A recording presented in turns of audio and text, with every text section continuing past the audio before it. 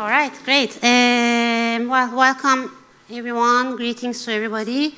I'm Elif Erdine, the co-director of Emerging Technologies and Design Program. First of all, I would like to thank Mike and the Student Forum for organizing the Climate Matters Week. And I do hope that we can build on this further in the upcoming years. Tonight, I'm very privileged to introduce you to Rachel Armstrong. She's a very distinguished colleague. And obviously, Rachel does not need any introduction, but still, I would like to do a very short introduction, if you don't mind. So Rachel Armstrong is a professor of Regenerative Architecture in the Department of Architecture at KU Leuven, Belgium, and a senior TED Fellow. She holds a first-class honors degree with 2 academic prizes from the University of Cambridge, Girton College, and a medical degree from the University of Oxford. And she also holds a PhD in architecture from the University of London, Bartlett School of Architecture.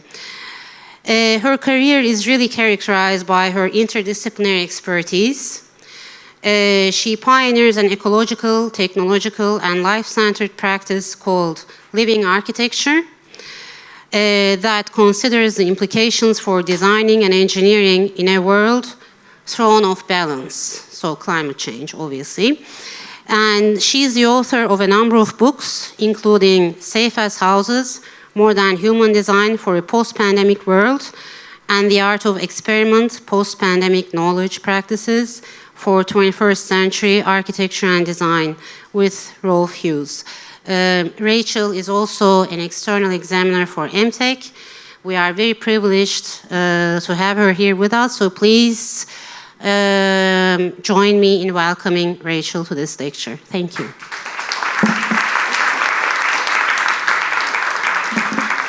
Thank you, Elif, for that warm and wonderful welcome. Thank you, Mike, for the invitation to speak tonight. And thank you, Milad, for organising everyone and everything today. And thank you to all the students in the audience. So lots and lots of thank yous. I'm excited to be back in London. I've come from Leuven just a day ago. And it's just really always exciting to be involved in the AA's wonderful program of events. Tonight, what I'd like to talk about is a view of our response to climate change in relationship to technology, the natural world, and also human development. It's a conversation that we've been having during the course of the day today with the students, that climate change is obviously not something that we can technologically fix. It is not about erasing humans from the face of the planet. It is not a Luddite relationship with technology. But at the same time, we need to really think and iterate, try to prototype, try to both imagine, design, and implement strategies that allow a new kind of human development to take place. The answers are not simple, they're not obvious. Just like nature and geography are very diverse, I expect that the ways forward that we identify in the 21st century will be just as diverse. And I think it will distinguish itself from what we've been doing in the 20th century with universalization and standardization. I think things will be much more customized, much more bespoke, much more local. But first of all, I really want to start at the beginning, really. Describe a relationship between architecture and climate change, which I think at first glance might just be simply about a relationship between people and buildings. It might be just about making substitutes for materials or technologies or reducing energies or working within the constraints of the framework with which one architecture is associated with and that people in the broader community kind of know and understand. And also, on the other hand, a kind of a political environment that is attempting to address some of the extreme weather events and try to tackle some of the more destructive market practices that are contributing to climate change. But I think the question that's really arising from this has got nothing to do with blueprints and buildings. I think it's really about how we live and why change is so difficult. So I think what we really need to do is to understand how we shape our presence in the world. What are the factors through which humanity is able to implement its ideas, sustain its communities, have a relationship with the natural world? And for that, it means that we have to kind of imagine the future that we are creating. So human development itself is complex. It's definitely not static. It's diverse and it evolves over time. As we grow and change, so do the needs and desires and challenges that we face. And architecture is not just about making buildings. Buildings is one of those aspects of architecture through which the broader community recognizes the importance of its practices. But when I think about architecture, I think about, first of all, a spatial science that is also an art. The implications of how we organize matter in time and space is more than a form of self-expression. It is a form of critical negotiation with nature and the environment. It's not just a take, it's also a give. And it sets up a kind of dialogue between human intention and the ecological systems that sustain us. So if we think about it, for every bridge we build, for every house we construct, we're making a decision about how we interact with land and space and with the resources around us. And these are interventions that we make by performing work. By performing this work, we start to infiltrate nature. We start to kind of make niches. We start to occupy spaces. We start to draw resources towards us because all living things require energy to live. So the thing is that these interventions that we make come with consequences, and some have more lasting impacts than others. And so to create the world as we want it, or to bring our visions to life, or to live the life that brings us happiness and fulfillment and look after our families, we have to perform this work that consumes energy and draws on resources and necessarily shifts a balance of nature. Now, there's obviously variations in that shift in the balance, that if tipping points are reached, then the entire ecosystems move. But you can shift a balance of nature so that you can continue to have a dialogue, and whilst your body is in that space, or whilst your bridge is in that space, nature's always pushing back, and the second you don't use that bridge anymore, or you find another way around the river, then nature will take over the conversation. And things will, be returned to something that no longer resembles a strong human design. But I think that we can think of architecture as a strategy for expressing and asserting human influence on the environment. It's necessary for us to meet those needs and express our preferences, from warmth in winter to cool spaces in the summer, from comfort to beauty. But now with the added pressure of climate change, and when I use that term, I'm really thinking of the climate emergency, the sudden, unpredictable shifts in the weather patterns, the extremes, and the frequency and intensity at which these patterns manifest themselves to an extent that we don't already have the tools and technologies to deal with these rapid changes in the way that nature is pushing back on us. To establish the ways forwards, I think we need to make priorities and not necessarily sacrifices, but figure out a negotiating stance that we can comfortably, reasonably adopt to continue to build and innovate without putting undue stress on the planet, and maybe start to do a bit of a judo throw so that we're actually rolling with the forces of nature rather than having to stand to counter them all the time. But to adopt this position is not simple, and there are no easy answers. But by exploring some possibilities, we can start to understand how architecture can become a force for a positive relationship with environmental change and for a kind of a new relationship with nature. And perhaps moving from a primal or traditional focus on human needs to a broader vision of where we are that includes the health and resilience of our entire ecosystem is a good way of trying to figure out where that where our leveling, where our starting point can begin.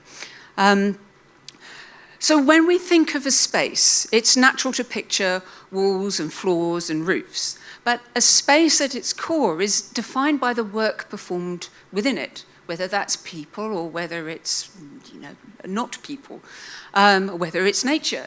And the activities that we engage in, the energy that we bring as a species to a space, shapes what that space becomes. And all of the nature of that work, that activity, is deeply tied to the energy sources that power it. And this, for me, is the important point. Now, architectural historian Barnabas Calder, if you haven't read his book, do read it. It's a fantastic observation about the modernist dictum of form follows function, because he uses form follows fuel. So in other words, the architecture of a place, its form, its design, purpose, follows the nature of the fuel that powers it. But let's pause here a second to consider, what does fuel really mean? Okay, so today, when we think about fuel, we think of something as primarily a substance to power machines, to keep our cities and devices running. Now, that's only one type of fuel, and it's a relatively recent concept, because if we go back 12,000 years, when humans first began practicing agriculture, we see a broader understanding of what fuel is. There was fuel for life itself, food to fuel the human body, and wood or other materials for heating to create safe, livable spaces.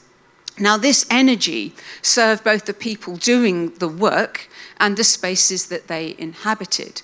And this fuel was a living biomass that is then consumed or burned with the discovery of how to manipulate the force of fire.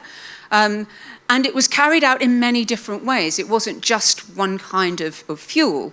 Our foodstuffs are diverse. And the kinds of materials that we use, both for insulation, and also as the material to be burned to produce heat, are diverse. And also, when humans started cohabiting with animals, the warmth of animal bodies are all part of the metabolic environment that we could describe as having a relationship to this thing called fuel. But in the modern era, our focus of what comprises fuel shifted.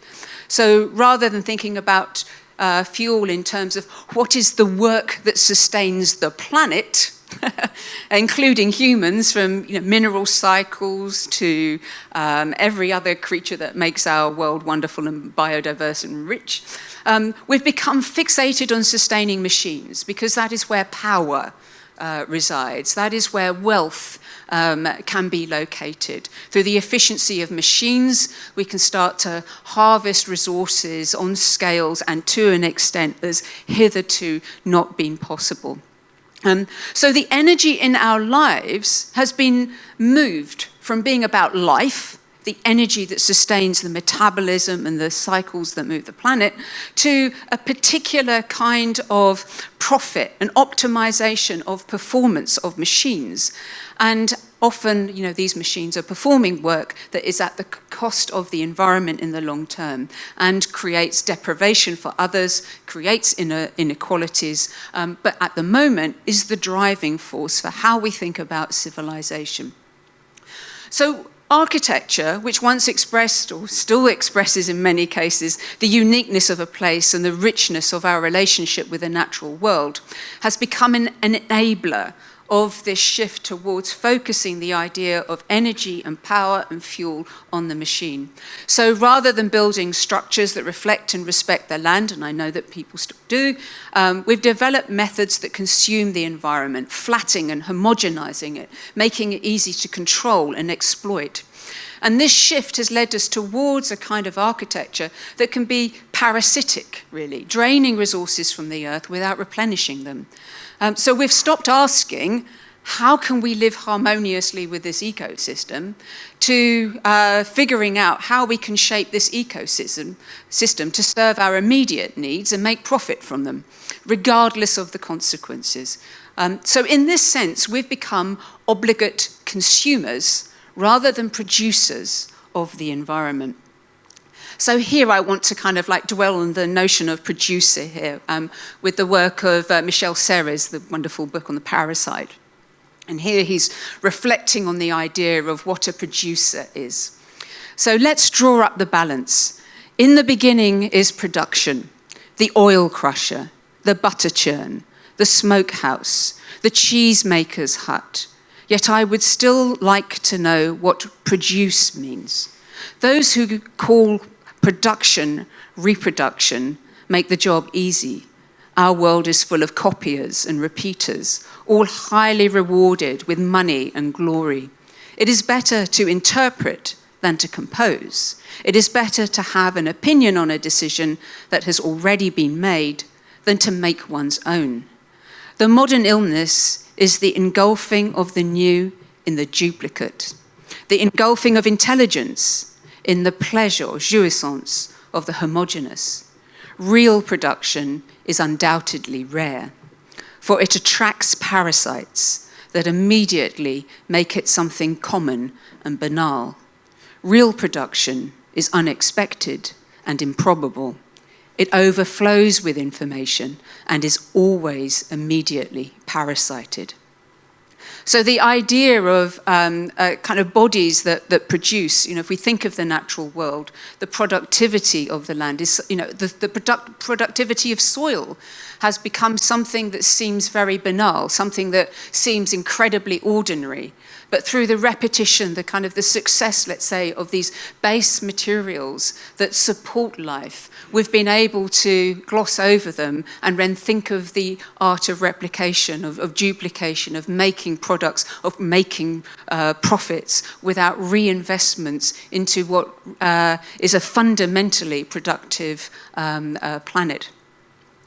So, here we are relying on an unsustainable way of living and working, where architecture too often facilitates our detachment from the natural world. It's clear we need a change. We need to rethink the role of architecture in how we approach energy, resources, and life itself. And we need spaces that sustain life and not just profit. Spaces that honour our deep connection to the world, rather than severing it in pursuit of efficiency or wealth. And I'd like to examine the changes that we've undergone since the beginning of human settlement, just to have a think of just to have a look at ourselves from afar as a kind of Coinasquatchy viewpoint. Look at us through accelerated time on a journey of human development. And I'm going to go through 4 phases with a hope that in these phases, a way forward in these turbulent times may become apparent. So I'm going to focus on the idea that fuel is food as well as a source of heating and energy to perform work outside of the human body. So we're going to look at food found and what kind of architectures that kind of lifestyle affords. And then food grown, what kind of architectures have been possible with that way of thinking about fuel. Food in the machine, speaks for itself. And then we're going to look at the fourth agricultural revolution, not because I see this as a solution, but because I think that we need a holding space for us to manage to look after our civilization, our communities, whilst we put change into place, whilst a fundamental change in human development can occur. So, fourth agricultural revolution, not a techno fix. I see this as somehow or other bridging a gap between where we are and where we might like to be. So, food found. So, to understand our roots and relationship with architecture, it's helpful to look way, way back to the earliest phases of human development. So architecture, like humanity itself, has evolved in these different stages as a result of how we live and where we place our attention and how we acquire fuel, where that fuel is, and how that is exploited. So in this first phase that I've called food found, the early humans are hunter-gatherers living nomadic life. And so this lifestyle is about following the food sources, right?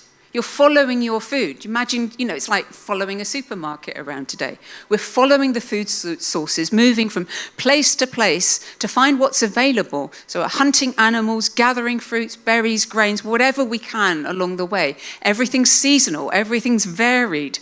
It was a very opportunistic way of living, a life shaped by necessity and simplicity. Simplicity in today's sense, but a kind of complexity in the sense that our senses and the tools that we used needed to be really in tune with the rhythms of the natural world, because we had to read that as our fundamental text. So in this world, and I find this quite interesting, excess is not an option, right? There's no concept of too much or billionaires, because there's no way to carry it, right? So you're chasing your food, and if you have 1 billion mammoths, what are you going to do with them? You just have to wait for them to rot, right? You have to leave them behind. So these early humans could only take with them what they can use, right? So imagine for a moment then, a nomadic tribe today, or even in the distant past, that there is kind of an efficiency of living and a value system that does not crave excess or more than your neighbor. And that the idea of the fuel and the energy flow within the community is very horizontal, because everybody needs to keep up. Everybody needs to be fed, because once somebody starts to lag behind because they've not got enough food or they're not coping, then it slows everyone down. So there is a kind of a horizontality about the nomadic life. That doesn't mean that there aren't, kind of orders in terms of who makes the decision as to which food source we go after today, but the idea is that that there are no kind of huge inequalities in terms of the organization of how people work, the kind of work that they perform, that the fuel that they get affords. So everything in that sense for a nomad has a purpose. If you're going to carry it around, you've got to need it, right? It's not going to just be some bling. It's, you've got to have a reason. I mean, it could be religious and it could be about faith, but it's because it's really important to you, and you can't, it's not just to show off. So, and also it is integrated with nature, because that is actually where your supermarket is. That's where you go shopping. And also that returning the wastes are within the natural cycles and order of things. So it's the ultimate, so nature in this point is the ultimate dynamic producer of all things, creating the energy and raw materials for living. So fuel for the body and fuel for the heating a cave at night are kind of within the same spectrum of value. I'm going to try not to get too obsessed by mammoth bones, because I have a thing about mammoth architecture. Anyway, So what are the architectures of this phase? So they are simple, resourceful structures created with an incredible awareness of the environment. So early humans made use of every part of the animals they hunted. And skins, obviously then, become part of this clothing and shelter. They are the food. Their bones become structures, particularly from large animals like mammoths, to form architectural elements. So Jeff Manor, he makes this absolutely wonderful idea about what if the beginning of architecture, he asked this question, wasn't with stone and bricks, isn't this kind of classical worldview, but with the discovery of bones as building blocks. I just love the idea of living inside your food. It seems interesting to me to locate the birth of architecture in actual Paleolithic practices, not in the terminological vagaries of early Greek philosophy, which seems to be the prevalent mode of searching for architecture's theoretical origins. But what if the knee joints of extinct megafauna are more important for the origins of architecture than Daedalus or Kora? So this is really interesting. So in Ukraine, some of these early mammoth architectures have been found. I just love these exploded maps and how the elements of the mammoth dwellings are found. And these are kind of some reconstructions of how the houses looked. But Ukraine is rich in mammoth architecture. So imagine how mammoth bones, naturally strong and jointed, and often, they say, in the papers I've read, wash down through the rivers as well as all the carrion organisms start stripping the leftover meat from the bones. So they get washed and cleaned as well by the landscape as they move through it, depending on where the mammoth has died, as well as the middens where mammoth bones start to accumulate. But you can just imagine, no one's going to carry a mammoth bone around. I mean, it's got to be a very particular bone if they do. So essentially, Mano's saying that these kinds of structures formed the idea of kind of flexible frameworks, modular frameworks, long before classical columns and capitals. And so when the tribe finishes consuming the inner parts of an animal, they then wear the exterior as a shelter. I just love this. So it becomes a covering, almost like a second skin, so that the food and the fuel is on the inside of the animal, and then you wear that skin because that's stuff you can't eat. Well, we'd probably try, but you won't eat. Anyway, this bond between hunter and hunted, between life and death, was woven really deeply into the survival of early humans and shaped their environment. So animal and human and nature are in this kind of choreography of life, of flow of fuel, of shared resource. And of course, it makes no sense, again, for hunter-gatherer communities to drive the mammoth to extinction. It makes no sense to do it. Doesn't mean that it doesn't happen, as other forms of living coincide with the hunter-gatherer community. And then also the other kinds of found megastructure would of course be trees and dead branches. And so the other kind of natural found flexible architectures that were produced by hunter-gatherers were things like pit houses. But the shelters themselves are temporary because a hunter-gatherer has a choice. Either they spend time making a shelter, or they spend time getting food. And the two of those are in competition with each other. So depending on the season and what the specific demands are, will also influence the construction of these dwellings. But most of the structures are fleeting. And they're left behind as the peoples move on, blending back into the landscape as naturally as they'd appeared. And so early humans created the first kinds of litter and middens when they left these materials behind. And most of the materials here are biodegradable or are removed from natural cycles through mummification or fossilization. So you've probably seen mummified mammoths and saber-toothed tigers and people from the ice ages. So the remains of the shelters would decompose into the soil, feeding the land and giving back in some ways to what had been taken. And so in some ways I always think of these pit houses as a kind of inverted giant bird's nest, practical, temporary, and perfectly attuned to nature's rhythms and the needs. So I think these early architectures teach us a powerful lesson about sustainability. It shows us a time when architecture, resource and waste were interwoven with human choices and needs in a way that was compatible with Earth systems, and where nothing existed purely for its own sake, but was part of a larger exchange of energy and resources. So now, running around after mammoths is hard work.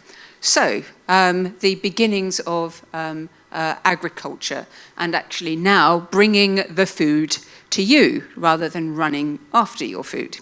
So the second major phase of human development can be called the era of food grown, a turning point when people transition from simply finding food to actively cultivating it.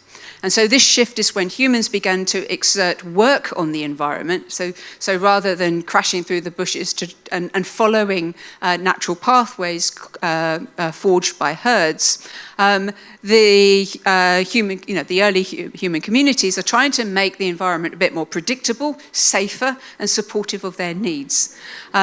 So now they're starting to orchestrate the land's natural resources in a way that can sustain larger and more permanent communities. And so with this comes a politics of territorializing land. Where one of these is, it's like that big step that is taken, that now people own land. And once you start to claim territory, then everything else pushes back.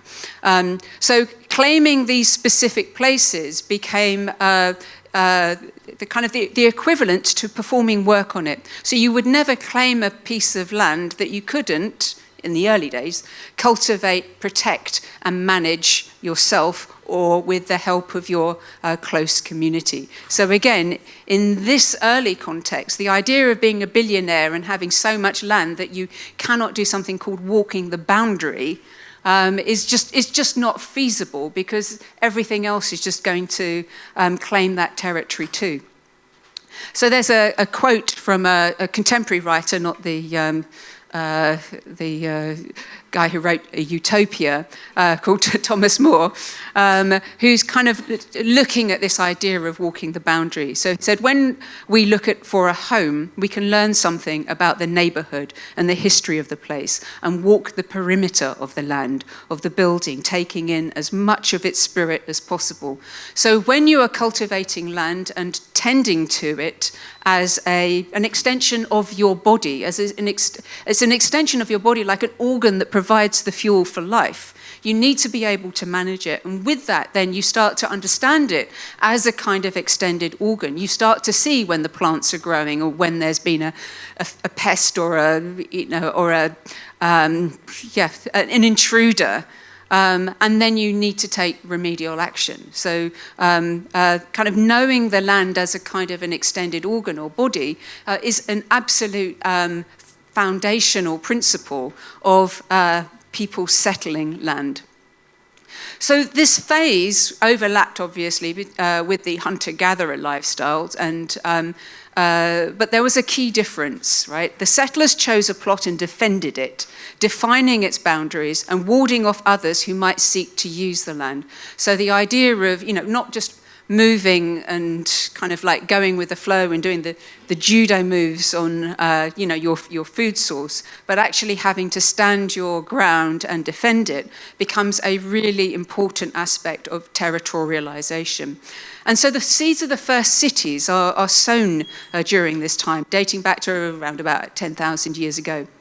And these early settlements mark a huge shift, and not just in lifestyle, but in the nature of social organization and human relationships. So a new politics, beyond territorialization, starts to emerge, one that ties social order to food production and survival. Now, this new era of settled living introduced the concept of class. The idea that not everyone in a community had to do the same kind of work anymore.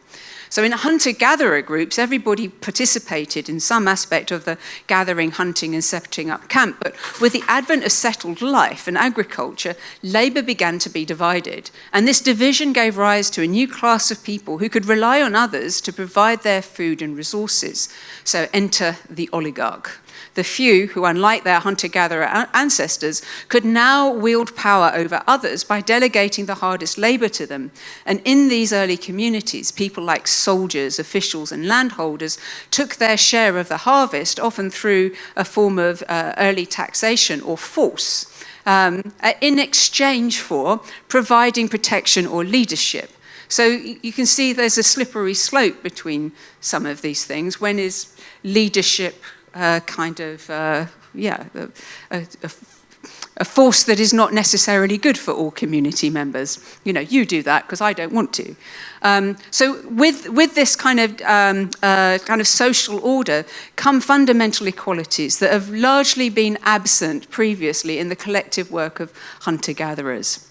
And architecture also begins to change. So in early cities, structures become more diverse and specialized. They're now buildings dedicated to food storage and processing, ornate kinds of housing for oligarchs and rulers, and trading spaces that connect different settlements. So this specialization in architecture was a direct reflection of the specialization in society. Storage spaces for surplus food become essential, along with the rodents and other pests that also love a free meal. And homes and public buildings start to take on new forms, accommodating the lifestyles of artisans and farmers and the ruling class. And above all, architecture becomes a tool for reinforcing these social structures. So the earliest oligarchs and ruling classes began to establish themselves in these permanent spaces, creating divisions that would shape human society for millennia to come. And the commons or shared lands, which were still prominent during this period, were still shared with the community, but not owned in the way we probably think of it today, but rather patchily occupied and managed, with routes and trails connecting different communities for trade and support. And so the most significant change to land is that it becomes organized solely around human needs, no longer optimized for a broader, balanced ecology where people follow food, but the cultivation of land starts to divide territories into plots to suit the demands of agriculture, property, and housing, and with little consideration for other species of the overall environment. So key to this constraint of this way of life, so a rule kicks in, and this is called photosynthesis. It's a plant-based process, which you'll know, that converts sunlight and carbon dioxide into biomass. So now what determines how much life or human life a space can carry is the photosynthetic constraint of the land. So in a plush space, there is a higher photosynthetic constraint, and then in a desert, it's much lower. So it relates to how much food and fuel the land in its horizontal dimensions can produce. And so the efficiency of this natural process was a kind of physical law or biological law that dictated the boundaries of early human survival, how much of a plot that the early communities could walk the boundaries of. So despite the shift to a more controlled, settled existence, life is still challenging. In fact, rural diets and health often weren't much better than those of hunter-gatherers, and sometimes they're worse, as they were less varied. Agriculture, of course, is grueling work, a relentless cycle of planting, tending, harvesting, storing, and preparing food, and then taking out the waste. And for those doing the manual labor, life was exhausting and constantly teetering on the edge of subsistence. I think I just put this biblical quote in just to show how long tending the land has actually been a drudgery for people. Genesis from the King James V version of the Bible. And unto Adam he said, because thou hast hearkened unto the voice of thy wife, and hast eaten of the tree of which I commanded thee, saying, thou shalt not eat of it. Cursed is the ground for thy sake. So it's Eve's fault that people have to go out and till the ground. In sorrow shalt thou eat of it until the days of thy life. Thorns also and thistles shall bring it forth to thee, and thou shalt eat the herb of the field. In the sweat of thy face thou shalt eat bread, and thou shalt return unto the ground, for out of it was thou taken, for dust thou art, and unto dust shalt thou return. Can you imagine the drudgery and the kind of the labour that's gone into a sentiment like that? That, you know, I'm just going to work the ground full of thistles until I die, and therefore I must believe in something greater. So anyway, it's just really to highlight the idea that the work of making food is hard. You know, so whether you're running after mammoths or whether you're trying to bring the resources into your proximity, it's very hard work. And I think there are principles in this phase of early human settlement of the land that really marks the emergence of the inequalities that we see today. Land ownership, for example. Why are there homeless people when there is so much land? You know, the kind of the idea of owning things, not sharing things, power inequalities, divisions of labour. I think, you know, when politicians are looking for solutions to some of these intransigent challenges of being in a society, they're really going back. Way back to the beginning of city settlements. I don't think we've found a way around, you know, the distribution of resource and energy that were problematic to us 10,000 years ago. It's not joy, is it? But now we get machines, right? So in the third phase of architectural development, food and the machine becomes the shaper of humanity's relationship with the land. And the production of food now takes on another significant turn, one that deeply transforms society and the environments we inhabit. So on one hand, instead of the labourer doing the grudge, we have combined harvesters and giant machines. But on the other hand, we maintain all the same inequalities through the Industrial Revolution, because instead of being in service of the land, we're now in service of the machine.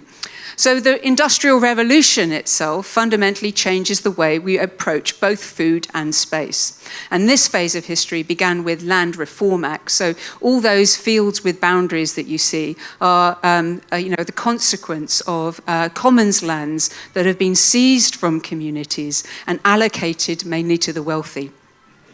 And so this shift deprives many people of the ability to sustain themselves on a small plot, like catching rabbits. You know, no longer they weren't allowed to grab the odd swan, but you know, being able to catch game and follow, you know, like a hunter-gatherer, if you're low on vegetables, to go and hunt on a particular piece of land to get small game to keep your family going. This now becomes more and more difficult, and people start laying man traps. You know, if you start breaching the boundaries that are denominated by these landowners. But also there becomes a disconnection with the land. I don't know if any of you know the poet John Clare. So he's an early romantic poet. He's about the same time as Wordsworth.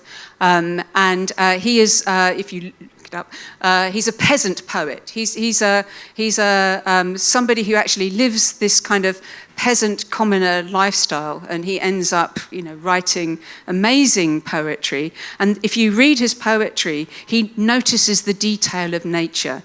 Nature is his book.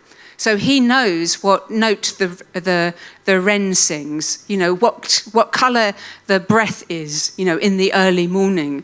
His detailing of nature is absolutely amazing.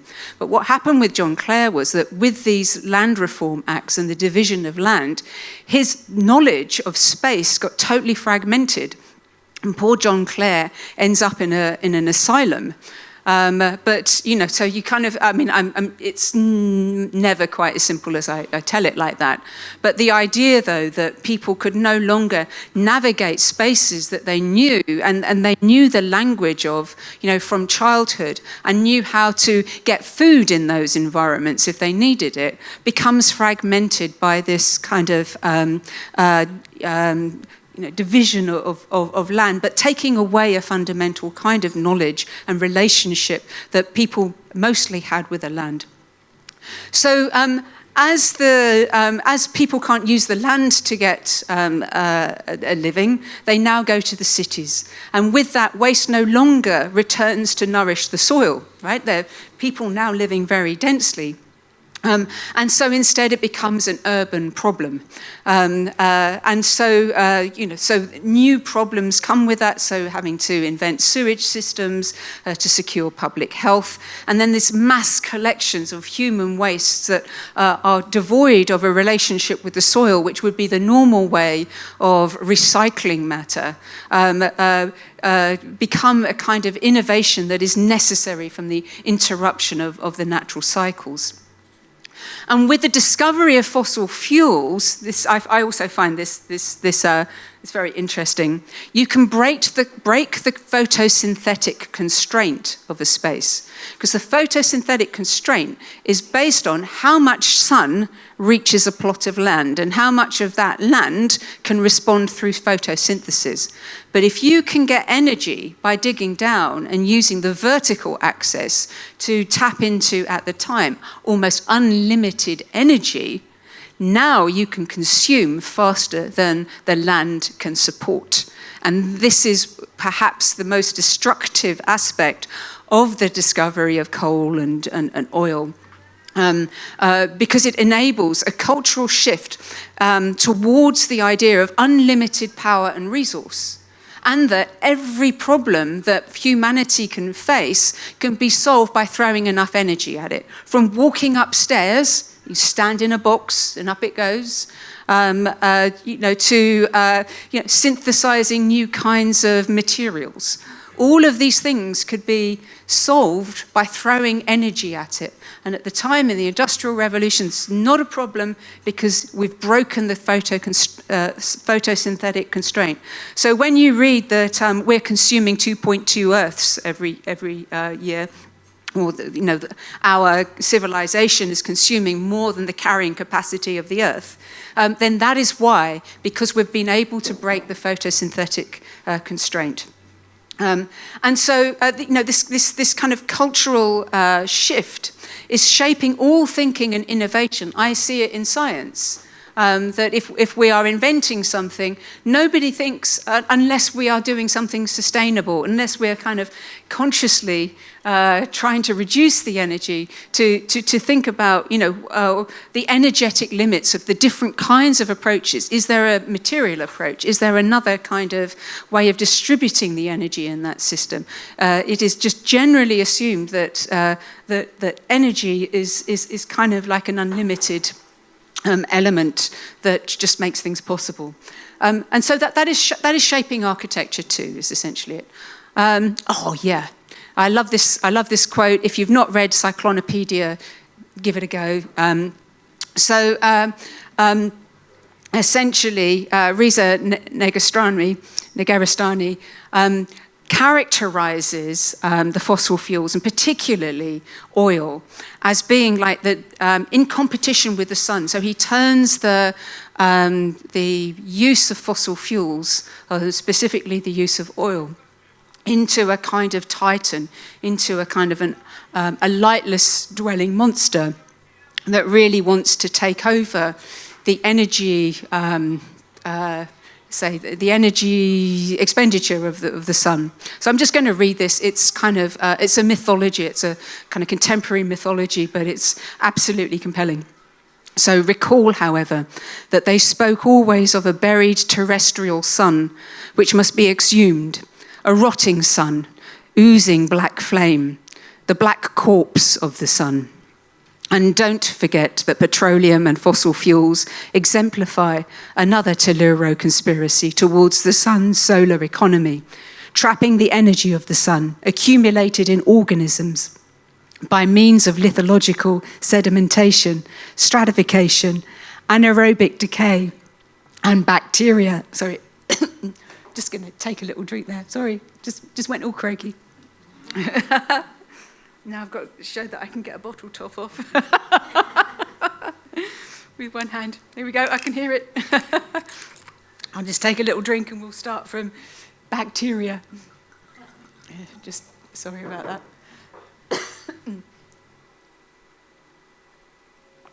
Right, back, full-throated. Okay, so anaerobic decay in bacteria in a highly stratified sedimentary basins. In this sense, petroleum is a terrestrial replacement of the onanistic self-indulgence of the sun or solar capitalism. Earth dismantles the hegemony of the sun on a subterranean level. If basking in solar economy overlaps with the annihilationist and nihilistic capitalism of the sun, then how is it possible to dismantle the infernal hegemony without eradicating it? So, I mean, essentially that's the we'll go again. It's the old honoured question, you know, that if the systems that support us are also kind of misused, breaking out of these cycles of destruction, whether that is the social inequalities or whether these are power inequalities or whether these are fuel inequalities, instead of being able to break them out, they become self-fulfilling and self-reinforcing systems. This is a fantastically disturbing and very dark contemporary mythology. I really recommend that you read it. So with this shift towards the fossil fuel, a new oligarchic class arose, not based on land ownership this time, but on capital and profit. So we have merchants and industrialists becoming the new ruling class, driving extraction and production with profit as the ultimate goal. With nature's resources seen as plentiful and inexhaustible, excess could easily be accumulated. You can have billionaires. This accumulation becomes idealized, shaping a society that viewed rapid growth, profit, and abundance as the ultimate markers of success. So you reward yourself for it, right? So these goals become the measure of a good life, exacerbating the already established inequalities. The house I'm showing here is Cragside House, which was the country getaway of Lord William Armstrong. Not relation. But it is kind of up north near Newcastle. But in this amazing house, I mean, so this was built in he was like the Bill Gates of the day. And so a bit like Alfred Nobel, he's dealing in arms, right? So these billionaires, these kind of extraordinarily, he's not a billionaire because you didn't need to be a billionaire in Victorian times. But his extraordinary wealth came out of arms dealing. And in this modern house, he had absolutely all the mod cons. In fact, water-powered dishwashers were in this mansion, together with lifts, all water-powered. He had his own little water mill.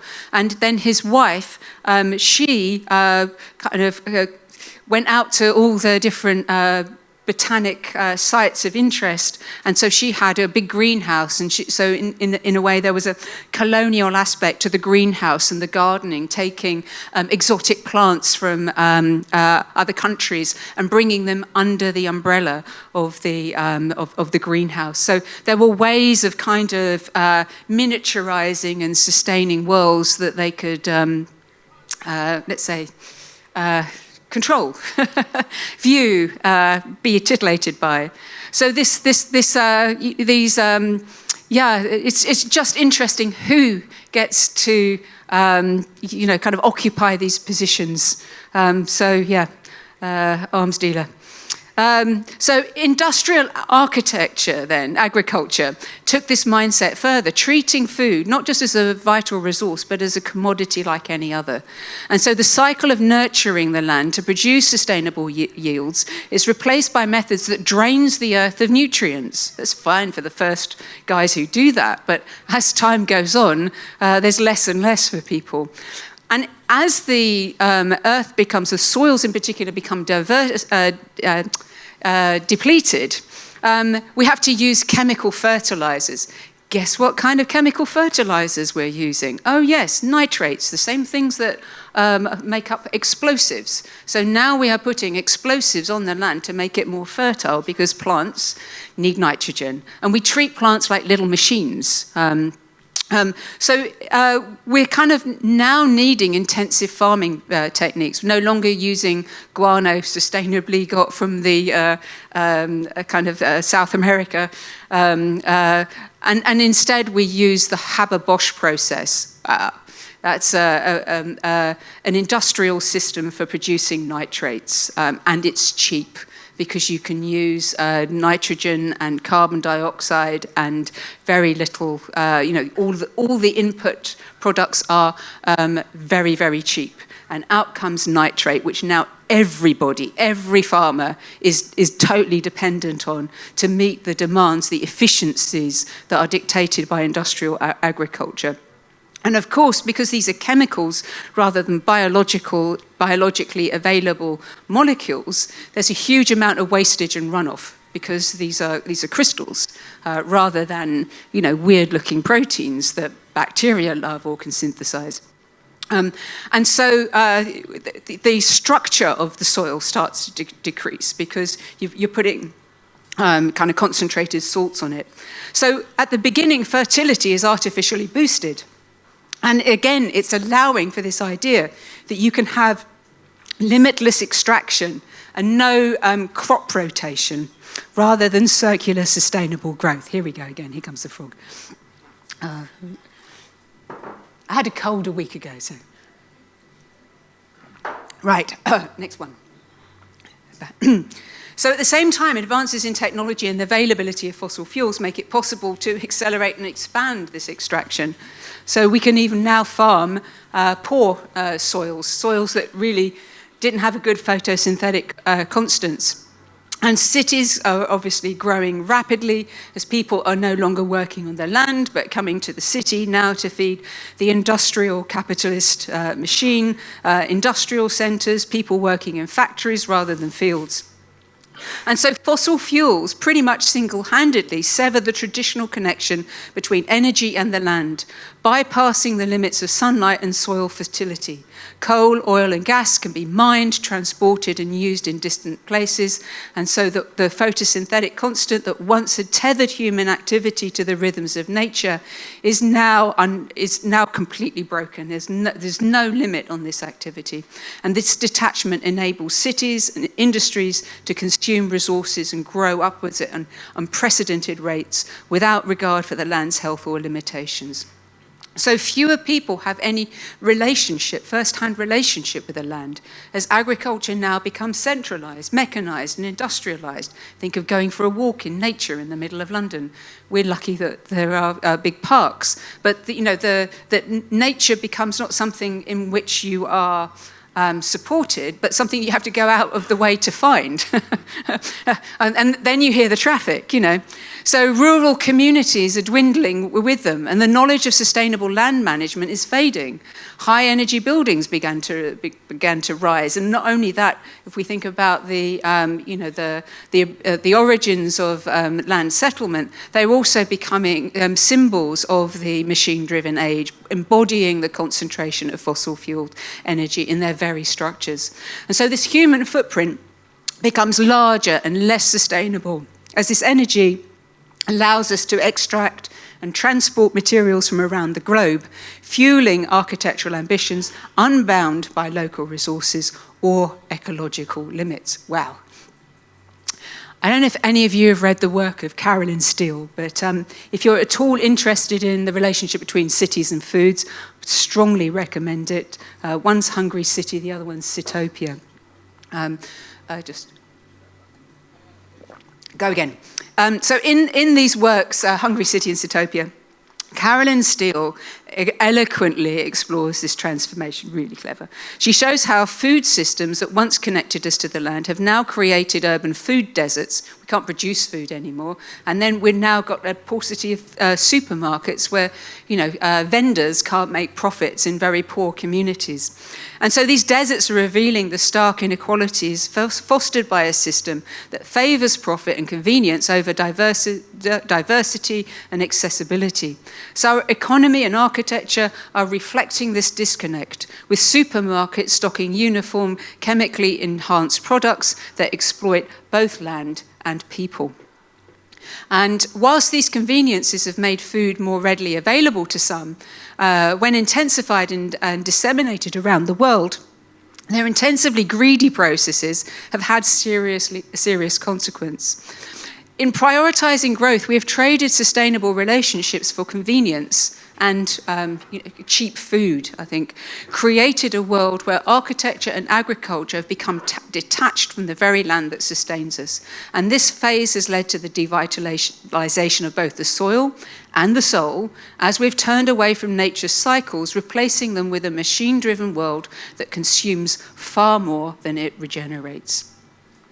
Oh, this is one of my favorite quotes. I mentioned it earlier for those of you that were present. This is, if you read Umer Hack's blogs, they're wonderfully dark. You can see my reading list. Umer Hack is an economist, and he's really analysing the world situation right now from an economist's point of view. And he has really disturbing insight after disturbing insight. So I would strongly check him out in Medium. But this is a quote that particularly resonated with me, and he's talking about the nature of the disturbances that we're seeing right now. So if collapse is the theme of this new century, then what's really weird, strange, and remarkable is that when you really look at all these very different kinds of collapse, whether that's imploding, whether imploding is economies, societies, mines, food chains, or ecosystems, it seems to follow a specific and characteristic pattern too. The glaciers melt from the bottom. The insects and bees and little fish and mammals are dying off first. The oceans are warming faster than the atmosphere. Economies are imploding because a new class of poor has grown, whether in America, Britain, or Europe. The general pattern of collapse in this new century is implosion from the bottom up. The bottom is chewed through, eviscerated, eaten away, depleted, until nothing is left by the top. The middle, therefore, buckles and breaks. The top caves in, eventually along with it. Whether we look at societies, economies, the planet, or food chains, this pattern of collapse is what seems to characterize now. The bottom is shredded, the middle falls in, the top implodes. Ravaged and depleted, the whole system, chain, organization collapses. So the question is, how can we reinvest if Hack's theory is correct? How can we reinvest in the bottom? Not the billionaires, the bottom. How do we, through thinking through this relationship between energy, food, humanity, how do we start to reinvest in the fabric of life? How do we stitch that tapestry back together? How can we create the conditions that the tapestry of life itself is able to recover? So we find ourselves now in an era where the gap between humanity and the natural world has been widened by technology and a culture that fosters disconnection. We can sit here and think, well, none of that really doesn't really apply to me because it seems so very far away. And the concept even of the commons, a once shared public resource, has all but disappeared even from the public imagination. Most people no longer own land or have a connection to it, and few could produce independently even if needed, right? If I gave you a plot of land, go, hey, you're free to feed yourself and your family. Where do you start? So this separation from the soil means that we now rely on technology and other agencies, farmers and machines, etc., to feed our cities. But the only sustainable way forward is to allow the land to recover at the same time, detoxify, rewild, and heal from the impacts of industrial activity. And that shouldn't be a passive process. We need to get involved in that too. So one possible way forwards, and what I'm going to try and convince you guys, particularly the students here, is, you'll be able to think of your own ways forwards, hopefully.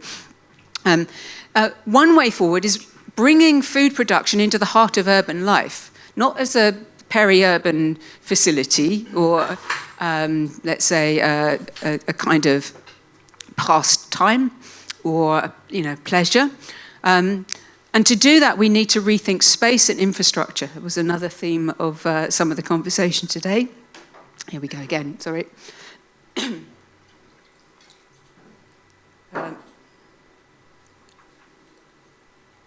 So what we're after is we want to go from obligate consumer to some kind of producer to support the development of circular ecosystems within urban environments, right? Whilst we sort out where we're at in terms of human development. So this involves integrating urban farms and designing homes and workplaces as part of a continuous cycle of production, recycling and regeneration of fuels. So that will be food, but it may be other kinds of foods and resources. So this circularity means embedding a kind of soil function within cities. That's, if we're really thinking about the bottom up, we're really thinking about where do our next soils come from? If our current soils are the legacy of 25,000 years ago from ice ages that ground the minerals and have kind of turned the organisms over to make the European soils, if that's where the last 25,000 year soils came from, and that soils are not eternal bodies and they last for about 25,000 years or so, then where are we getting our next set of soils? Who's making those? Another ice age, So, is it the slurry coming from post-industrial sites? Where are our next soils coming from? So to try and, let's say, grapple with that question, we need to embed a kind of soil function thinking within cities rather than engaging in token recycling practices, which shifts often the responsibility onto individuals to recycle for profit rather than fostering organic processes that build from the bottom up, the sustainable cycles. And so instead of more machines, we need more microbes to establish these cycles within urban life. And microbes, which have existed for billions of years, bring this essential diversity and resilience, and they make the earth more livable. You probably or may not know that I'm a great fan of microbes. They are the original inhabitants of the earth. Microbes were the only kind of organism living on the earth for nearly 3 billion years. And then round about the Cambrian explosion, you get the big like us. And now we judge everything through form and function, when microbes were really much more about metabolism and function. Learning from the original agents that built the world, that knitted together that fabric of life, that has been unraveling of late, if we take Huck's theorem seriously. There is knowledge and wisdom there that we may be able to tap into. And this is a kind of a volcanic park where many extremophiles, these kind of diverse microbes with diverse metabolisms, ranging from those that can just use electrons as a source of energy and excrement without using any carbon at all. They don't need carbon. To a kind of diverse forms of kind of unicellular, and then unicellular life that becomes multiple, through the formation of biofilms, consortia, complex bodies, kind of assimilations within each other. Really interesting stuff going on at the microbial level. And in fact, we could say that the ancestors of the big like us, the eukaryotes, were born from a coupling, was described around about 2020 2010, 2012, of a coupling between eubacteria and archaea, which are these wonderful little microbes that are extremophiles, and their innards are really like ours. All the ribosomes and the gubbins that go inside a cell, they look really like our gubbins. And interestingly, with the archaea, there are no known pathogens. Unlike the eubacteria, which are kind of creative opportunists and will kill us as kind of soon as look at us if they needed to. The archaea are actually a very interesting group of organisms. But it seems that eukaryotes are not a primordial type of cell. They're a secondary type of cell created by two microbial forms. Obviously, there'll be controversy about that theory, but the fundamental, foundational creativity of the microbial world enabled multicellular life. And if we can't find rules for a better way of living from our ancestral microbes, then I think we need to go back to school and try and figure it out. So these microbes, although invisible to the naked eye, and so we've dismissed microbes. They've either been strange forces, if we think of the ancient Greeks and their mysterious bad airs, and then a source of wonder with Robert Hooke and the microscope, and Leeuwenhoek and his kind of obsessional look at detail for threads, because he's a clothier and uses these little pearls to look at the detail and then sees these tiny, tiny little worlds. Microbes then are at that time in the 17th century a source of wonder. And it's the 19th century that demonizes the microbe, associating some microbes with disease. So Robert Koch, TB, and Louis Pasteur, also looking at microbes to do with pasteurization. So because they haven't had form and we can't see them individually, they've always been placed in our categorization systems as being at the bottom. Right, they're not very developed. They're lowest possible things on the evolutionary tree of life. Except they're the things that are going to keep on living when we're long gone. So this kind of prejudice. So this is something that Carl Woese, who was the scientist who discovered archaea as a separate kingdom of life. This is what he says. He says that we've prejudiced our whole evolutionary narratives on the basis of form because we're big. And we like form, and we do geometry. And therefore, anything with geometry is good and sophisticated. Anything that's a bit slimy and is a bit formless, bad, and very simple. And that's that is us, right? Carl Woese, if you really want to get into a philosophy of microbes and the philosophy of organism as a microbe, read Carl Woese. Really, really interesting insights. But, if we can tap into this knowledge one way or other, and we can find ways to collaborate, because although we can't dismiss the just under 1% of microbes that can be pathogenic and can cause terrible diseases, the other 99% are actually doing the work of turning the biogeochemical cycles. They are responsible for all the nutrient recycling in the planet, from sulfur to nitrogen to phosphorus. So if we can figure out how to collaborate with those microbes, the environmental microbes, we can reconnect with an ancient lineage of life, drawing on their wisdom to form regenerative cycles, because those are the agents within our soil. But it's essential to remember that, whilst a small percentage can be harmful, we can't do without this relationship because it fundamentally sustains us. And so this demands balance and care. I would call H.G. Wells the first probiotic author, by the way. Our perception of microbes has shifted significantly over time. In H.G. Wells' War of the Worlds, microbes ultimately are transformed from disease bringers to becoming humanity's protectors against alien invasion, a concept that resonates with today's growing appreciation for beneficial microbes or probiotics. Wells, in a way, anticipates in this book a shift in how we see and relate to microorganisms, not as pests to be eradicated by Domestos and other products that kill all known germs dead, but how we can identify them as partners, but not necessarily easy partners, that can help us heal and defend our planet. Oh, yes. Oh, we're going to have to read a quote by H.G. Wells. I better drink first, I think, before I cough halfway through. Let's try and get a bit of a gargle in. There we go.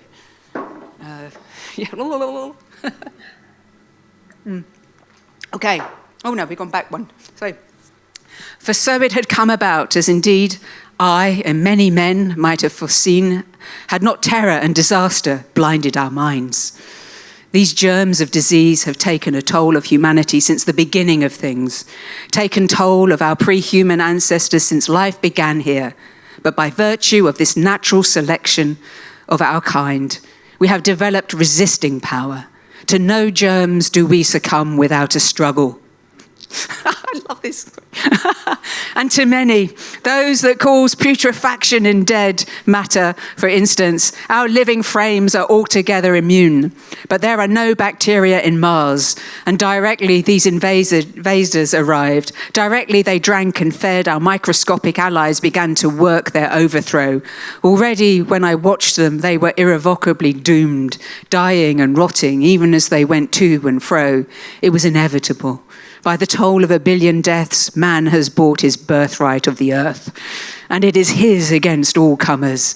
It would still be his were the Martians 10 times as mighty as they are. For neither do men live nor die in vain. Welcome to the age of probiotics. Okay, so my research now. So I'm going to be quite quick about this because my work has really tried to figure out this, let's say, an approach to figuring out how we can work with microbes constructively within our homes to create beneficial ecological cycles. How the hell do we start doing that? How do we design it? How do, this question of control, I think is a fuzzy one, but I think it is possible, and I think that in order for us to bridge this gap between having totally destroyed and depleted our natural soils, that we need to hold a space open so that we can feed populations, that we can recycle waste, that we actually start to generate soils from an urban perspective to actually safeguard where the next soils come from. We can't just go, oh dear, let's go and get them from Denmark because there's nice bog soil there. We've got to really think about where do soils come from for the modern age. So I've been using the bioreactors as the kinds of little cities, little sites for working with microbes. They're contained within the bioreactors. And in this one, the Living Architecture project, which is funded by the EU, I was sequencing with my colleagues regenerative cycles working with photosynthesis and also then the microbial fuel cell, which is an anaerobic battery, let's say 2-chamber bioreactor where you've got anaerobes that process organic waste as in liquid form, and then a cathode where all the cleaned nutrients, cleaned water, and protons go through. But at the same time, it produces electricity, so bioelectricity. And what's interesting about that is actually very low power, right? So if you put these microbial fuel cells, they're actually the little dark cells here. So these are synthetic microbes here. These are natural microbes in there. These are natural algae, synthetic algae, because we're trying to invite them to recycle phosphorus. So a quick way of trying to do that is to try to design the metabolism. But oh blimey, didn't think I liked H.G. Wells that much. Here we go. These are microbial fuel cells. So here you've got an anaerobic biofilm that's generating electrons, producing a small amount of electricity. But when you put them in arrays, you can boost that and use capacitors to start charging up a battery. And the thing that becomes really exciting is if we could power our homes with 12-volt batteries, then maybe we could take a lot of work off the 230-volt system, powered mostly still by fossil fuels and increasingly by kind of renewables. But if we could have 12-volt homes, so the same things that you'd use in a caravan or a mobile home, and if we could have a lifestyle that was conducive with our modern expectations, but work with 12 volts instead of 230 volts, already we're saving quite a lot of carbon. And what's interesting about the microbial fuel cell then is that it could be entirely powered by our organic wastes. We might want to use our own organic waste for other things at the same time. But where we're going with this is that the sludges then that come out of these bioreactor systems can become starting sources for urban soils, because they have the sediment matter, they have microbes, natural microbes, and you can start to see how mixing that then in with some carbon sources and composting, it could really create a foundation for kind of an urban land that is productive. This is more of an arts installation. So again, we're using microbial fuel cells here. This is a collaboration with Cecile B. Evans for the Whitechapel Gallery. On the left is a microbial fuel cell stack. There's a tank up top here, which is where the microbes are fed with artificial urine. There's a Jackson Pollock underneath the floor here. Artificial urine up here. We're not allowed to use ordinary urine. And then a poop box down here, 20 litres there, 20 litres there, change once a week, and these guys have a lot of fun in the meantime. This is Cecile's, it's a bit like an Ouroboros, you know, it keeps recycling and dying, and then there's a weather station here that is also powered by the microbial fuel cell. So the idea here was that this was a post-human apartment that was only inhabited by microbes that were working on a circular basis. Hand of God comes and gives them urine once a week. So not quite autonomous. But these are the occupants of the space, which is 999 years, the longest possible lease in London, 13 square meters, the smallest inhabitable space that can be inhabited legally. So the idea then is that this is a space inhabited by microbes that are commenting and thinking about the human past, present, and future in digital form. Very simple. So the other thing that was pressing in this kind of work was to really think about how we can relate to microbes, right? Because modern life requires us to grab the bottle, you know, chuck on the bleach, get rid of the nasty-looking dirt. But if we are really going to have a kind of gardened relationship with microbes, there needs to be some way of reading and communicating with them, because they're a little bit too weird for our form-based sensibilities. So this installation, Alice, which is again made up of microbial fuel cells, much bigger ones this time, we can run them in trays. But this is a microbial cyborg. So that all the energy produced by the metabolism in the anaerobic biofilms is powering the LEDs in this system. And so it self-sustains. This was fed because this was at ZKM, but the one that we did at the Victoria and Albert Museum, that lived for a week during the installation. So as long as it's got food in its stomach, these microbes can generate that electricity. But what's the most interesting thing about it is this stuff on the back here, which is we are picking up the signals from the microbial biofilms and turning them into data. And then Julie Freeman, the artist, wrote the software for actually creating animation. So now we can read microbial activity through a kind of generative algorithm and an animation that gives lots of data about what's happening with the microbes. And they can be interacted with by gently heating them, not turning the heat all the way up, gently warming them to speed up the metabolism, and then feeding them with a little bit more urine.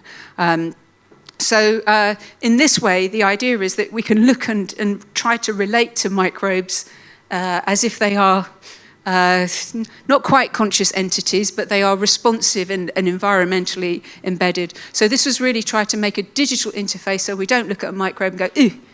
Right, so that was the idea behind that. So my current project is this microbial hydroponics. This is part of the experiment that was set up by Biofaction here.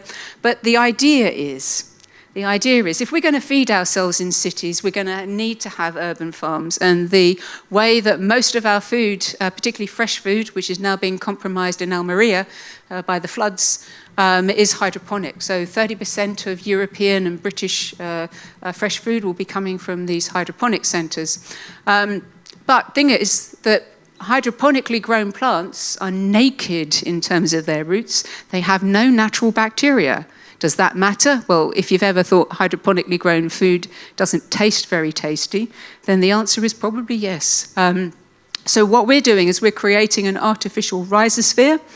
In other words, we're designing microbial communities that will perform the natural functions of plant rhizospheres. So those are the microbial communities.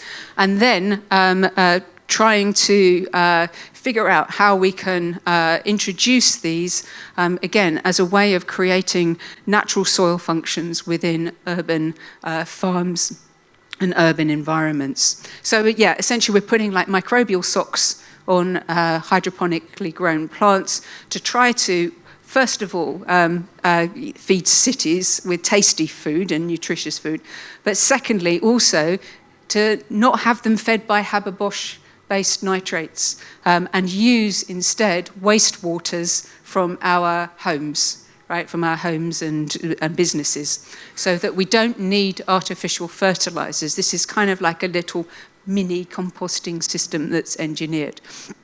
And of course, we'll be using big data and kind of lots of monitoring systems to really try and figure out how these cycles start knitting together.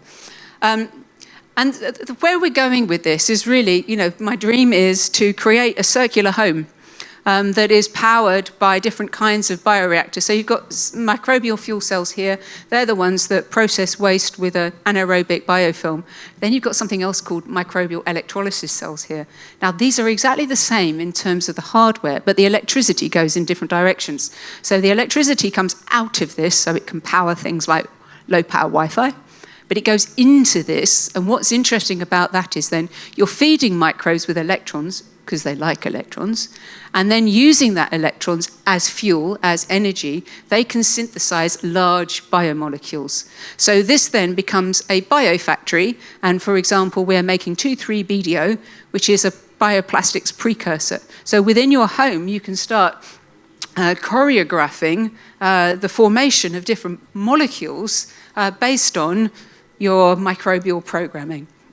Now, I still think that microbial programming is in the early stages, and that when the science is using synthetic biology to design and engineer these communities, eventually, with all our probes, we'll be able to do these with natural bacteria. And also, there's a breakthrough with designing these communities here, which is that we're using fungi as the scaffolding for the biofilm. And as you know, that fungi and bacteria have a symbiotic relationship with the mycorrhiza in tree roots. So if we engineer fungi and bacteria into biofilms, we've now got kind of programmable, synthesizable, symbiotic communities that have their own scaffolding, right? So the fungal cells are much bigger than the microbial cells. And then if you get a little bacteria, you see these kind of little bacteria whizzing around on fungi. It's like little highways, zoom, zoom, zoom. I've always thought they were kind of like stuck on, a bit like a branch, but they're not. They're really dynamic. And so there's weirdness going on there, and it's very fascinating. But anyway, that's essentially where we'd like to go, to bring in big data and artificial intelligence to then start to read what's happening in these microbial domains. A bit like with Alice, produce the digital signals, and then eventually start to get ontological developments in terms of artificial intelligence. So our microbes will be talking to artificial intelligences, and potentially at some stage this house becomes aware of what it's processing and could make decisions based on maybe your use of your mobile phone somewhere on that smart system. There we go, up there. So from your bed, you'll start managing your ecosystem. So again, kind of like that's the direction of travel. I don't think this is a fix to climate change. What this is part of this fourth agricultural revolution, which is about the use of big data, AI, sophisticated technologies. And it's heading towards circular houses where there isn't a kind of a notion of just chucking stuff out into the sewers and trying to reclaim as much as possible. You can also imagine that on the back of these collection vessels that you would have filters to sift out microplastics and other kinds of common contaminants in water before we eventually get some effluents, which would be the biofertilizers that would come out of the sediments here. But essentially kind of cleaning your waste before they ever get thrown into the environment. So essentially, each of these kinds of different prototypes that I've been looking at with my colleagues are building on this idea of microbes, and they share this idea of a holobiontic approach to design. The idea that all systems, plants, animals, microbes, and humans are integrated communities within shared environments. So a holobiont is a host body which is colonized by microbes or other bodies. And so the idea for a house really is a holobiontic design. You can argue where the holobiont is the holobiont the person? I don't think so. I think it's the big tank in the bottom where all the microbes are gathering, and then the different forms of work are then being distributed through the various systems. But I think that's an open question right now. So by designing with this idea of the holobiont in mind, where our microbes, as in the microbiome of the built environment, start to enter this system, we're starting to move beyond the physical structure of the building system that we're putting into place to include all the associated life forms within a living space, which effectively forms a living responsive habitat. Carl Rosa, I haven't properly introduced him yet. So our task now is to resynthesize biology, put the organism back into its environment instead of extracting it and fragmenting it, connect it again to its evolutionary past, kind of understand the legacy of investments that all kinds of different creatures have made in this planet, not just our own kind of contemporary woes and concerns.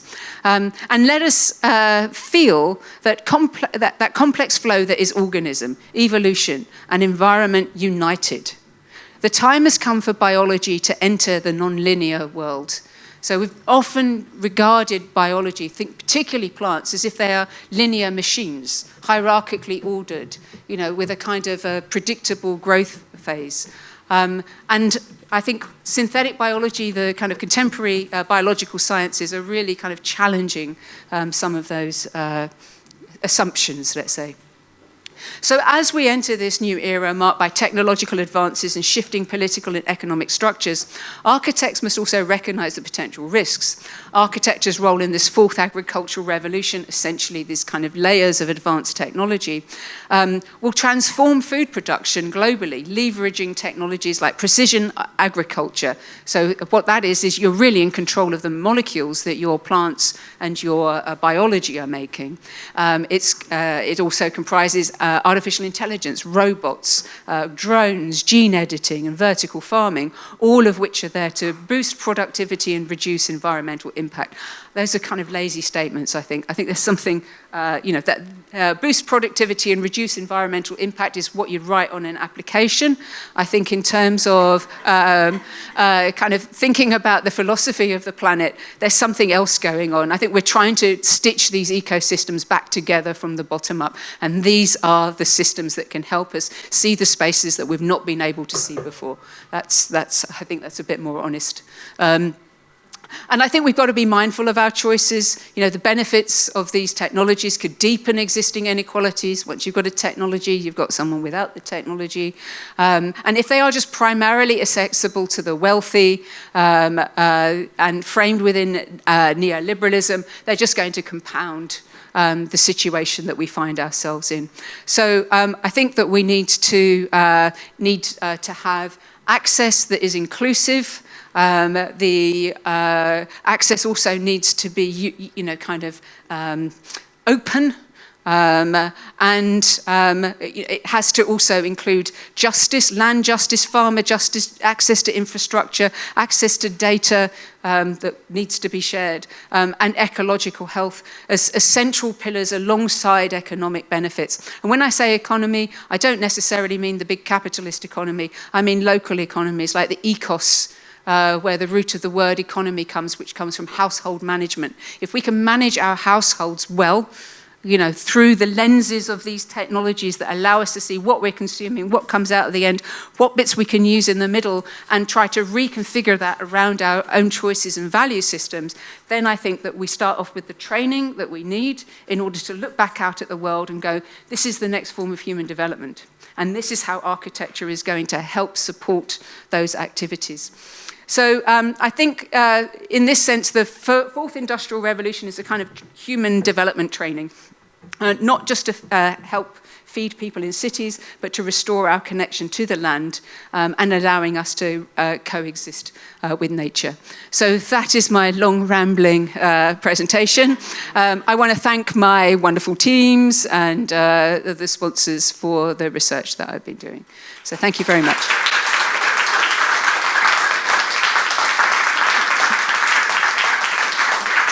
And I've only just realised how far over time I went. Hey, we don't have an extra mic. Do we have an extra mic? I think we should have one, no? Well, first of all, Rachel, thank you for this really compelling and extensive lecture. It was amazing. I have a few pages of questions, but I think it's good to take the questions here because upstairs there's a Halloween party going on. So yeah. Let's just take the questions here. Okay. Go to the Halloween party. Yeah. And I would like to start with something, and then we'll open it up to the audience. Obviously, in the initial parts of your presentation, I think you said something that really intrigued me. Anyway, you said form follows fuel, and I want to kind of relate this phrase back to the Climate Matters Week and back to education. When you say form follows fuel, do you kind of somehow envision how this could be implemented in architecture, how this kind of vision can be implemented in architectural education? I think that's very important, both undergraduate, postgraduate, PhD levels of research. Thank you. Yeah. Yes, so the expert on this is Barnabas Calder, and the example he gives that at the time of the production of the pyramids, human labor is the cheap form of fuel, and that massive human effort can be garnered because of the grain that's coming out of Egypt. So they can afford to feed all these people, and people can afford to work on nothing but building a giant building because they are well fed. And that they can be sustained in a small space and share a common task. And also with the Egyptians, I understand that their management systems were also exemplary. So it wasn't just about getting a large crowd together, but actually how that work was stratified and how it was unfolded over time was also really important to that. And so, again, he'll go through things like, the fight between, if I have a piece of land that is constrained by the photosynthetic constraint, or the constant, then how much do I plan to eat? How much do I plan to burn? And so then, the organization of space with those constraints then becomes something that becomes a locally vernacular architecture because you have certain things available, certain things are not available. And so he goes into a great deal of detail about that, and I really would recommend it as a text for an architectural student. If there's any question from the audience, any comment, any?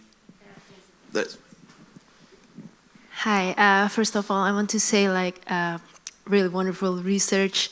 I was very interested and curious about when you said feeding the microbes, the new microbes. So what happens if we like, let's say, stop or forget to feed the microbes? Do they have like a lifetime, or like do they have like a way to regenerate itself? Because in the real one, they has its own way, right? Yeah. So yeah, could you explain more on that? Yeah. So once a microbe is in a biofilm, they're pretty hard to kill, as modern medicine and kind of shipping has found out. With all the physical methods that they use to remove biofilms. So once the biofilm has formed on the microbial fuel cell, you can forget about them when you go on holiday and you come back, and then you wee on them, or provide the organic matter, and then they'll wake up, and within, depending on the microbes, they will get up again and start doing their thing. So in a biofilm, they're pretty robust. If they are a consortium, which means that they are in a kind of a liquid environment and they're just neighbours, rather than city dwellers, they will then go to spores. So if microbes are happy in a space, without antibiotics, they're quite hard to kill. So the danger, I would say, with having microbes around is you don't want to take too many liberties with them. You don't want to cheese them off too much, because you want to keep them happy without being too happy, because otherwise they'll take advantage, right? So this is why I think this kind of digital layer of intelligence and kind of understanding what's going on, there needs to be a kind of vigilance. I don't want to, let's say, microbe wash and make everything sound really, kind of unproblematic. I think living with microbes has always been a challenge. But the question is, if we can figure out how the spatial dimensions work, how territories work, what keeps a microbe in one place and not another place, my dream would be to actually make everything much more like a bioreceptive surface, so you don't close the microbes off at all. Right, so that you can think of a bioreceptive surface as an open bioreactor. I wouldn't go around licking them, but people might. So bioreactors are good in a sense that they create a physical barrier, and in some ways you could see that 999 years, 13 square meters, the future belongs to ghosts, as a kind of apartment scale bioreactor, because people aren't going inside it at the moment. So there are different strategies. They are spatial strategies. They are material strategies. In fact, electrodes work wonders. Because they are a direct source of food. So I think a bit like us, we need fuel to live. Microbes need fuel to live. We need to think about where their fuel's coming from, and pretty much they will stay there. If they're happy, they will stay there. So, but you don't need to worry too much about mistreating them, because if you mistreated them, they'll run away. But they're not like battery chickens. I think I've had a question before, which is like, are you just exploiting microbes? I think they're a different kind of creature, and they'll get out. So in a biofilm, they're pretty robust. And the question is, what are the conditions that we can set up for co-inhabitation?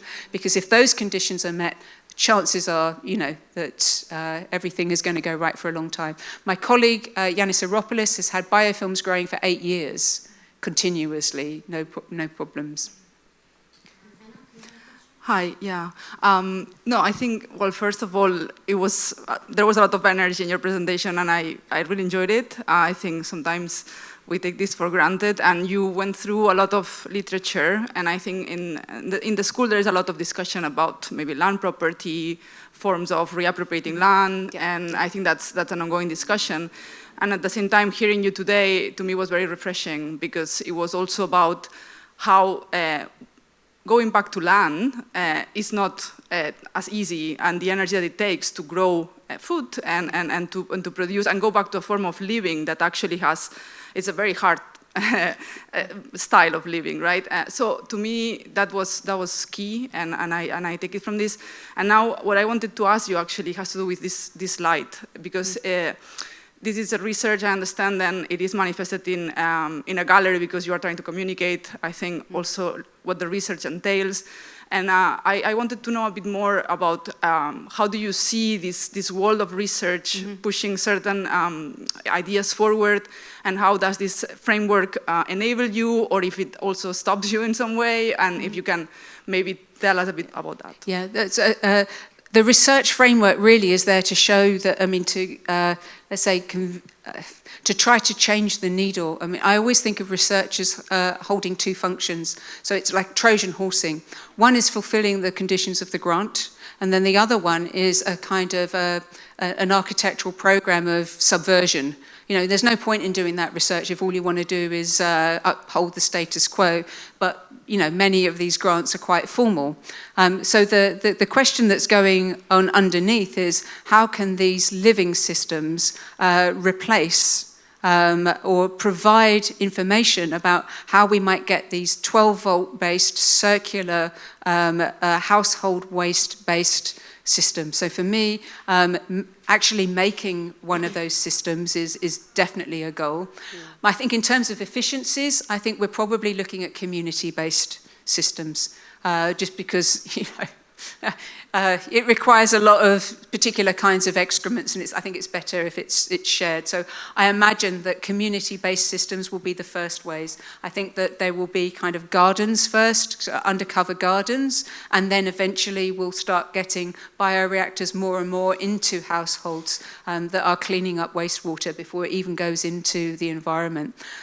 So I think, I mean, you know, if we could have like a 12-volt battery lifestyle, and then I can then see us, if climate change comes and we have to move, we can take our little 12-volt battery system that gives us electricity, it cleans our waste, so sanitation, maybe it's providing food through hydroponics. So we've kind of got a life support boat, you know, in a circular household system, if we can get all these ratios correct. You know, what I don't know at the moment is, you know, how many people per household you need in order to, this is a very interesting development on this one.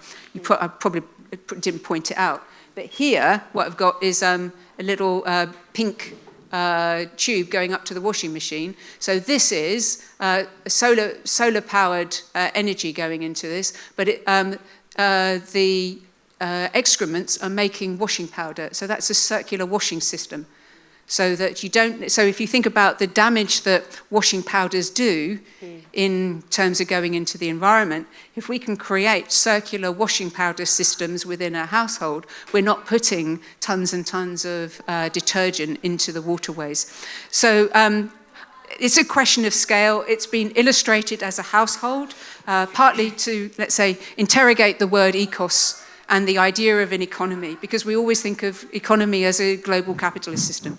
But if we go back to the idea of what is a good household, how is a household run, and then think of what is the household in terms of its efficiencies, whether it's just one unit or whether it is multiple, and look at the idea of community there. I think that's how it's going to evolve, and it will be around the management of wastewater, because our modern centralized sewers are just straining at the seams, quite literally. But again, we need space for water in cities, yeah. Right? And we need 21st century plumbing. We have really dumb plumbing, right? We have like 17th century plumbing for 21st century cities. Yeah. So the smartness in the plumbing needs to be there. We need to know where the leaks are, for example. Very simple question, should have a simple answer.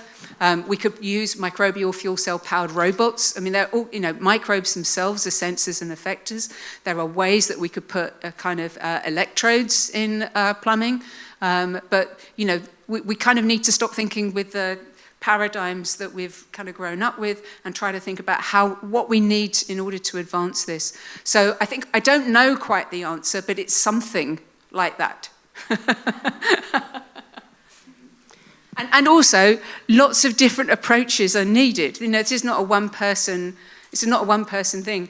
How that is organized and what a nice life is like with 12 volts to play with in that little box down there.